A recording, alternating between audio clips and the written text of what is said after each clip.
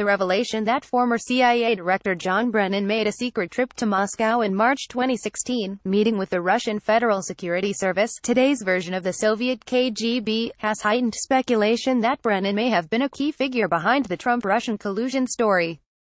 Certainly Brennan is well known for his intense hatred of President Donald Trump. After Trump fired Andrew McCabe, a senior official with the FBI and a close confidant of Brennan, last month, Brennan let loose a vitriolic tweet aimed at Trump. When the full extent of your venality, moral turpitude, and political corruption becomes known, you will take your rightful place as a disgraced demagogue in the dustbin of history. You may scapegoat Andy McCabe, but you will not destroy America. After Trump fired another of Brennan's friends, former FBI Director James Comey, Brennan tore into Trump. Your kakistocracy is collapsing after its lamentable journey. We have the opportunity to emerge from this nightmare. But what is clear is that the "we" does not include those Americans who voted for Trump because he considers them to be deceived. The "we" that Brennan considers himself a part of, which supposedly is going to make things better, whatever that means, even for those who voted for Trump, is something Americans should know more about. According to the British newspaper The Guardian, Brennan passed derogatory material about Trump to 8 senators in August and September 2016, soon after Trump had been nominated at the Republican National Convention. One of the 8, Senator Harry Reid, then the Democratic Party leader of the Senate, was given information from the much-discussed Steele dossier. Not surprisingly, the material soon turned up on the front page of the New York Times. According to Yahoo News, Reid then wrote a letter to Comey, arguing that the dossier provided evidence of a direct connection between the Russian government and Donald Trump's presidential campaign. Even before taking office, Trump regularly denounced the deep state. The deep state has been defined as those who dictate the policies of the U.S. government, who remain the same regardless of who occupies the White House. And Brennan, who was a high-ranking member of the Bush administration before he seamlessly became a high-ranking member of the Obama administration, certainly fits that description.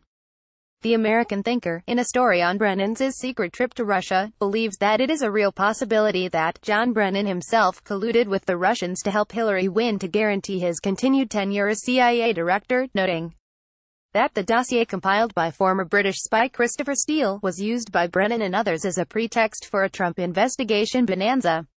Brennan certainly personifies the swamp that Trump vowed to drain during the 2016 campaign. While Trump has taken very seriously the threat of terrorism emanating from the Middle East, Brennan's connections with that part of the world are rather curious.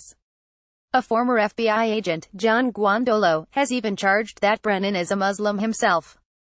He has noted that Brennan once said during a speech that he had marveled at the majesty of the Hajj, an annual pilgrimage undertaken by Muslims to Mecca, a city that non-Muslims are not even allowed to enter. Guandolo argued that it was curious as to how Brennan would be able to comment on the Hajj's majesty, unless he had seen it personally, and, under Guandolo's reasoning, is therefore a Muslim.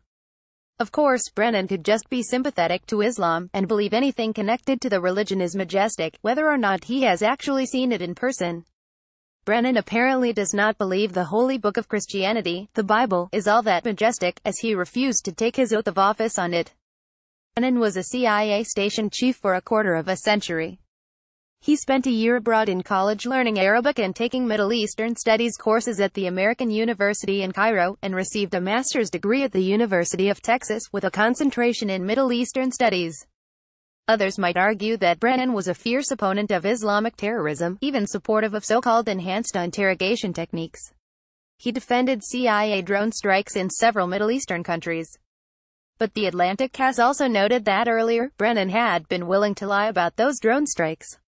In 2013, President Obama nominated Brennan to be CIA director, precipitating a 13-hour filibuster against him by Senator Rand Paul, of Kentucky. Paul, citing Obama's use of combat drones against Americans, said, "No one politician should be allowed to charge an individual, to judge the guilt of an individual and to execute an individual." Despite Paul's courageous filibuster, Brennan won the vote. Then, in the summer of 2014, Director Brennan received more criticism when it was revealed that some of his CIA employees had even accessed the computer servers of the Senate Intelligence Committee after the CIA had received some criticism from that committee. Interestingly, a former chairman of the Senate Intelligence Committee, former Senator David Boren Diokla, now president of the University of Oklahoma, invited Brennan to speak on the campus in 2015. By this time, Brennan's propensity to ignore the civil liberties of Americans was well known, and his appearance precipitated a protest organized by the OU Young Americans for Liberty. Now, Brennan apparently is opposed to the type of change desired by Trump and his supporters, or deplorables, as they were called by Hillary Clinton, America First, with secure borders and the protection of national sovereignty. But at one time, Brennan was all for change of a much different sort. In 1976 he voted for Communist Party USA presidential candidate Gus Hall. He explained later that he considered his vote for communism as a way of signaling my unhappiness with the system, and the need for change. Apparently, for John Brennan, Gus Hall is a better representative of the sort of change he wants for America than that promoted by Donald Trump. And Brennan's remarks that we will triumph over Trump, especially after Brennan's clandestine trip to Russia, meeting with the successors to the Soviet KGB, should raise serious questions as to exactly why he hates Trump so much. Photo of John Brennan, Wikimedia.